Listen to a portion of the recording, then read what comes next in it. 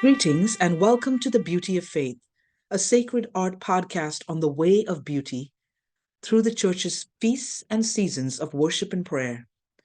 I'm Dr. Jem Sullivan, your guide, as we move from seeing to contemplation to worship and praise of God, the divine source of all that is true, good, and beautiful.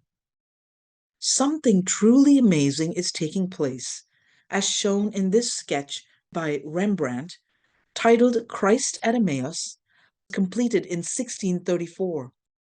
And the artist gives us his vision of a dramatic moment described in the Gospel of Luke.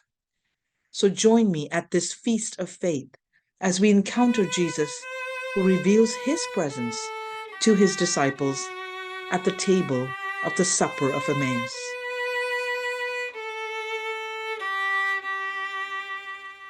We see Jesus seated at a small table with two disciples. They have just walked together on the long, dusty road to Emmaus.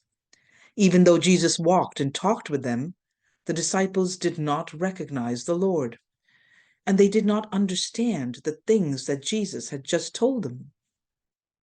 But when they invited Jesus to stay with them, he accepted their invitation. And as they gathered around the table, Jesus took bread, broke the bread, and gave it to his disciples. And what happens next is truly amazing. For the gospel writer, St. Luke, tells us that not only were their eyes opened, but they said to one another, "Were not our hearts burning as he spoke to us?" It is this moment that Rembrandt captures for our imagination. Notice the lines of light radiating from the head of the risen Jesus, and the surprise and wonder on the disciples' faces. Rembrandt has captured that Easter moment when the disciples have the experience of Eucharistic amazement, in the words of Pope St. John Paul II.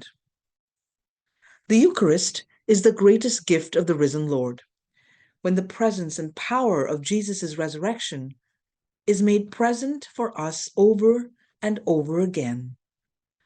This remarkable image reminds us that, like the disciples, we too are invited to the table of the Lord, where we too can experience the same Eucharistic amazement as we worship the risen Lord, who draws close to us with his loving presence at every Eucharist.